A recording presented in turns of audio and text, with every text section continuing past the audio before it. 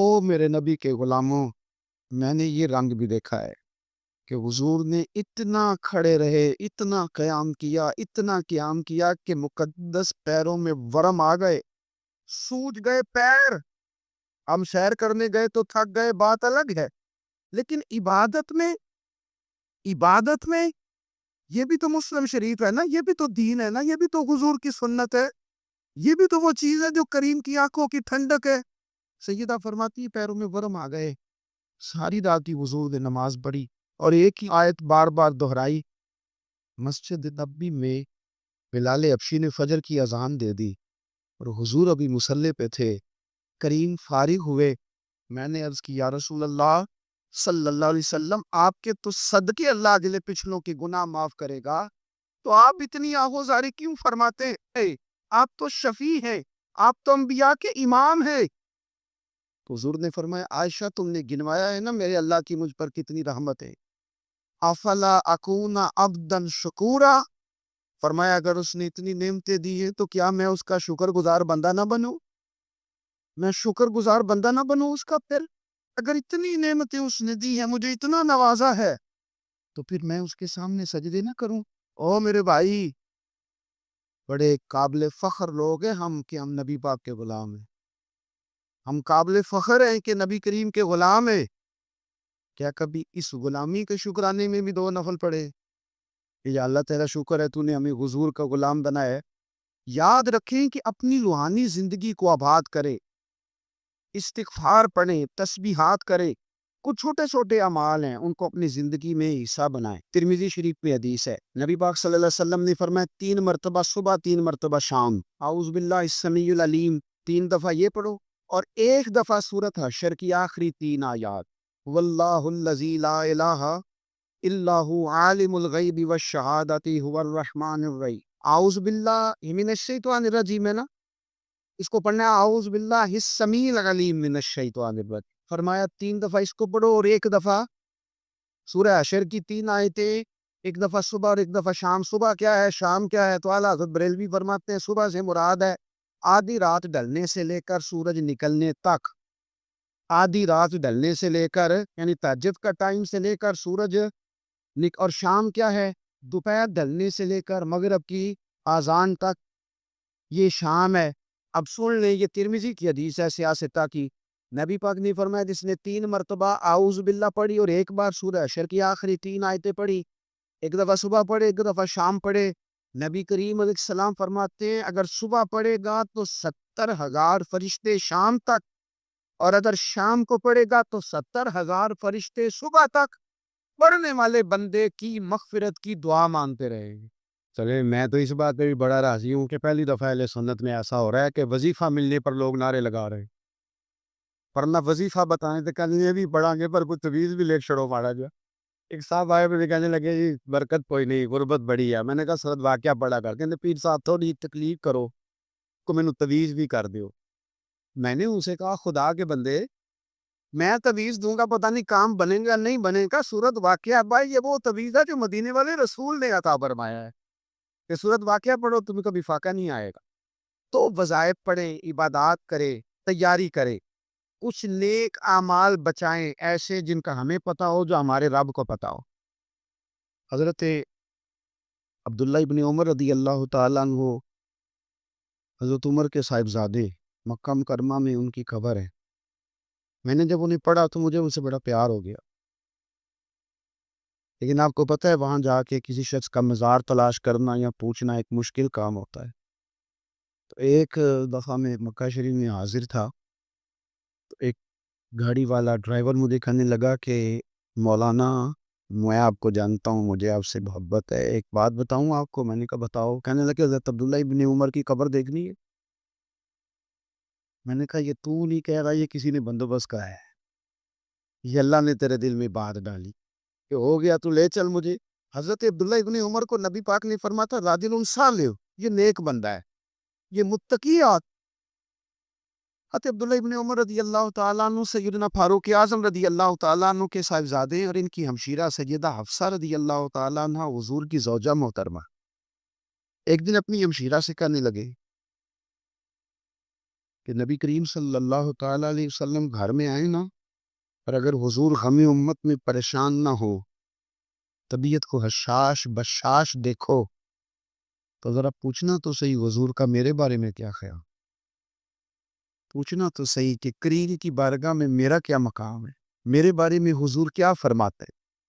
اب بہن کو کام بتائے اور بتائے بھی بھائی، اور کوئی بہن وہ کام نہ کرے، یہ تاریخ میں ہوتا نہیں۔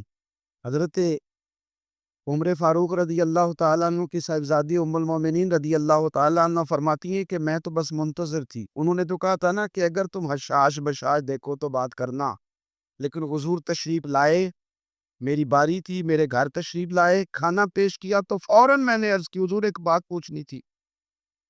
حضور نے فرمایا پوچھئے۔ میں نے عرض کی حضور میرے بھائی عبداللہ ابن عمر کے بارے میں آپ کا کیا خیال ہے؟ نوجوانوں میری بات پہ غور کرنا، میرے بھائی کے بارے میں آپ کا کیا خیال ہے؟ نبی کریم صلی اللہ تعالیٰ علیہ وآلہ وسلم نے میری طرف دیکھا، اور پھر حضور زیر لب تھوڑا مسکرائے، اور بریلی کے امام کہتے ہیں کہ حضور مسکرا دیتے تھے نا تو جو بڑا دکھی ہوتا تھا وہ بھی ہنس پڑتا تھا۔ اب سوال پیدا ہوتا تھا کہ پھر تو اس مسکراہٹ کے لیے انتظار کرنا پڑتا ہوگا کئی کئی مہینے کہ حضور مسکرائیں تو رونے والے ہنسیں، تو اعلیٰ حضرت فرماتے نہیں، انتظار نہیں کرنا پڑتا، یہ مسکراتے رہنا تو حضور کی عادت ہے۔ جس کی تسکی سے روتے ہوئے ہنس پڑے، اس تبسم کی عادت پہ لاکھوں سلام۔ یہ تو عادت ہے حضور کی مسکراتے رہنا، اس کے لیے انتظار نہیں کرنا پڑتا۔ بھائیو آپ خیال رکھیں گے، غور کریں گے، حضرت عبداللہ ابن عمر رضی اللہ تعالیٰ عنہ کے بارے میں پوچھا تو سیدہ فرماتی ہے کہ نبی کریم صلی اللہ تعالیٰ علیہ وسلم نے زیر لب مسکرائے اور فرمایا حفصہ تیرا بھائی ہے تو اچھا، لیکن میں نے سنا ہے کہ عشاء کی نماز پڑھتا ہے تو فجر تک سویا ہی رہتا ہے۔ او نوجوانوں، 10 بجے تک سونے کی بات نہیں ہوئی، 9 بجے تک سونے کی بات نہیں ہوئی، 11 بجے اٹھنے کی بات نہیں۔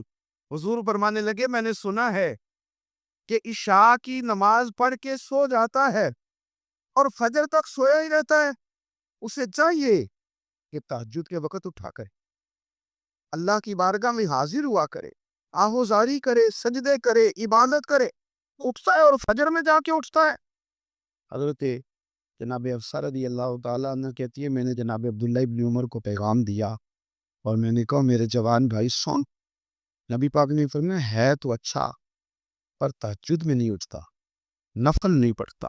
او میری ملت کے جوانوں، مزہ نہیں آ جاتا جب ساری دنیا سوئی ہو، ساری دنیا، اور بستر بھی گرم ہو اور نیند بھی پورا غلبہ کر رہی ہو، اور اچانک گھنٹی بجے دماغ میں، آنکھ کھلے، گھڑی پہ نظر پڑے، 3:30 4 بجے کا پیغام گھڑی بتائے، اور کوئی چڑھتی جوانی والا اٹھ کے وضو کرے، اور جب وہ مصلی کھول کے بچھائے تو مدینے والے محبوب کہتے ہیں کہ ہر نماز پہ رب ثواب دیتا ہے، اور جو اٹھ کے تہجد کی نماز پڑھے اسے دیکھ کے تو رب مسکراتا ہے، جو اس کی شان کے لائق ہے، جو اس کی شان کے لائق، وہ مسکراتا ہے، خوش ہوتا ہے کہ میرا بندہ تہجد میں اٹھ گیا، وہ مسکراتا ہے۔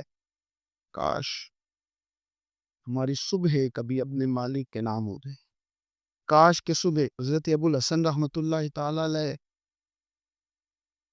حضرت معاذ ابن جبل رضی اللہ تعالیٰ عنہ کے پاس بیٹھا کرتے تھے، فرماتے ان سے جو پیار بڑھا تو پھر میرا مصلی سے بھی بڑھ۔ تابعی فرماتے ہیں صحابی رسول سے محبت ہوئی تو ذکر سے بھی ہو گئی، پھر درود شریف سے بھی ہو گئی، محبت ان سے بڑھی تو پھر اللہ نے مسجد کا پیار بھی بڑھا دیا۔ آپ فرماتے ہیں کہ میری ہر وقت طبیعت چاہتی تھی کہ بس اللہ اللہ کرو، بس اللہ اللہ کر، بس نہ میں ذرا تھوڑی جان چھڑاؤں لوگوں سے، 10 منٹ ملیں تو میں کچھ 4 نفل پڑھ لوں، میں تھوڑا سا نہ بچوں لوگوں سے، اور مجھے تسبیح ملے تو میں نہ کچھ 400-500 دفعہ استغفار پڑھوں، سبحان اللہ، الحمدللہ، اللہ اکبر، لا حول ولا قوت الا باللہ، میں نہ تسبیحات پڑھوں۔ فرماتے ہیں کہ بچے تھے گھر میں 6-7، غربت تھی، کام ملتا کوئی نہیں تھا، اور میں کام چور نہیں تھا، کام ڈھونڈتا تھا، پر اللہ کی قدرت کے کام نہیں ملتا تھا۔ فرماتے ہیں کہ میں نے ایک دن اپنی اہلیہ سے کہا کہ آج میں پھر جاتا ہوں کام ڈھونڈنے، تو میری بیوی بڑی فرما بردار تھی، پر اس دن نہ غربت کے ہاتھوں تنگ آ کے کہنے لگی آج نانا کوئی تو چیز لے کے آیا تو مجھ سے بچوں کی بھوک نہیں دیکھی جاتی، سب روگاں دا روگ محمد جس دا نام غریبی، کنڈ بلا کے لنگ جاندے نی دوست یار قریبی، آج نہ کچھ لے کے آیا تو میں بچے لے کے چلی جاؤں گی۔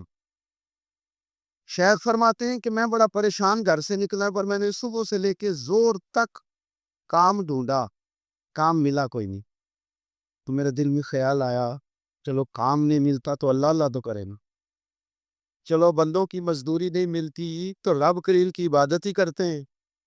فرماتے ہیں کہ میں نے نا فرات کے پانی سے وضو کیا نہر کے، شدید دھوپ تھی ساتھ ریت تھی اور ریت تپ رہی تھی، میں نے اپنا رومال وہیں مصلی کے طور پر بچھا لیا اور فرماتے ہیں کہ زور سے لے کر عصر تک نماز پڑھی، دھوپ بھی پورے زور پہ پر میرے سجدے کا ذوق بھی پورے زور۔ فرماتے ہیں سورج بھی چمک رہا ہے اور رب کی عبادت کا ذوق بھی پورے زور پہ، میں سجدہ کروں تو پھر میرا اٹھانے کو جی نہ چاہے۔ میرے استاد لکھا کرتے تھے، یہ ان کا شعر ہے، وہ کہا کرتے تھے مجھے سوز دے، مجھے ساز دے اور مجھے نیم شب کا نیاز دے، جب میں سجدہ خود کو میں توڑ دوں مجھے ایسا ذوق نماز دے، اور میں تیری بہار کا پھول ہوں، میں کھلا بھی ہوں تو تیرے لیے، مجھے میری شاخ سے توڑ لے، مجھے اپنی زلف کا ناز دے۔ بھائی فرماتے ہیں کہ عصر تک میں نے نفل پڑھے، دل ڈھلنے لگا، عصر کی نماز پڑھی اور میں وہاں سے چلا۔ اب میں جب نکلنے لگا تو دل میں خیال آیا کہ چھوٹی چھوٹی دیواریں ہیں گھر کی، بغیر کچھ لیے جاؤں گا تو بیوی دور سے دیکھے گی تو شور کرے گی کہ پھر خالی ہاتھ آ گیا ہے۔ کہتے میں نے اپنی اسی رومال میں جس پہ میں نے نماز پڑھی تھی نا، رومال میں کیا عقیدے پنجابی لفافہ کہتے ہیں، اسی میں نا میں نے کچھ ریت بھر لی کہ وہ دور سے دیکھے گی تو سمجھے گی کچھ لے کے آیا ہے، چلو جا کے اسے بتا دوں گا کہ آج پھر مزدوری نہیں ملی۔ کہتے ہیں وہ ریت لے کر جب میں گھر میں گیا تو پہلے بیوی دروازے پہ کھڑی ہوتی تھی، پوچھتی تھی خالی ہاتھ آ گئے ہو؟ آج میں نے دیکھا تو ہے ہی کوئی نہیں۔ فرماتے میں اندر داخل ہوا، سلام لیے، کونے میں نے وہ رومال رکھ دیا اور میں نے آواز دی کہ بھلی مانس کہاں ہو؟ تو وہ کہنے لگی آپ منہ ہاتھ دھو لے، میں روٹی لے کے آئی۔ میں نے کہا روٹی کہاں سے آ گئی؟ یہاں تو کئی دنوں کے فاقے، تو کئی دنوں کی غربت ہے، یہاں تو اس گھر میں تو فقیری ہے۔ فرماتے ہیں کہ وہ روٹی لے کے آئی اور اس وقت کی جو موجودہ نعمتیں تھی، سمجھ لے سلاد اچار ہر چیز ساتھ لائی۔ میں نے کہا کہ بچے کہاں گئے؟ کہنے لگی وہ کھانا کھا کے کھیلنے گئے، آپ کھانا کھا لیں آ جاتے۔ کھانا اس نے چن دیا۔ میں نے حیرت انگیز لہجے میں ساری نعمتیں اپنے دسترخوان پہ دیکھ کر کے بیوی سے پوچھا یہ کہاں سے آیا کھانا؟ بچوں کو تو نے کہاں سے کھانا کھلایا؟ یہ سارا کچھ کیسا ہے؟ کہنے لگی پتہ نہیں آج آپ کس کریم کی مزدوری کرنے چلے گئے تھے، پتہ نہیں کس کریم کی، میرے گھر میں تو اتنی نعمتیں آئی ہیں کہ مجھ سے سنبھالی نہیں جا رہی، اتنا اناج ہے، اتنا گندم ہے، کس کریم کے دروازے آج چلے گئے تھے؟ یہ کہتے کہتے وہ اٹھی اور اٹھ کر کے کہنے لگی پہلے بڑا کچھ آیا تھا، اب کیا لے آئے ہو؟ اور جا کر کے نا اس نے وہ ریت والا رومال کھولا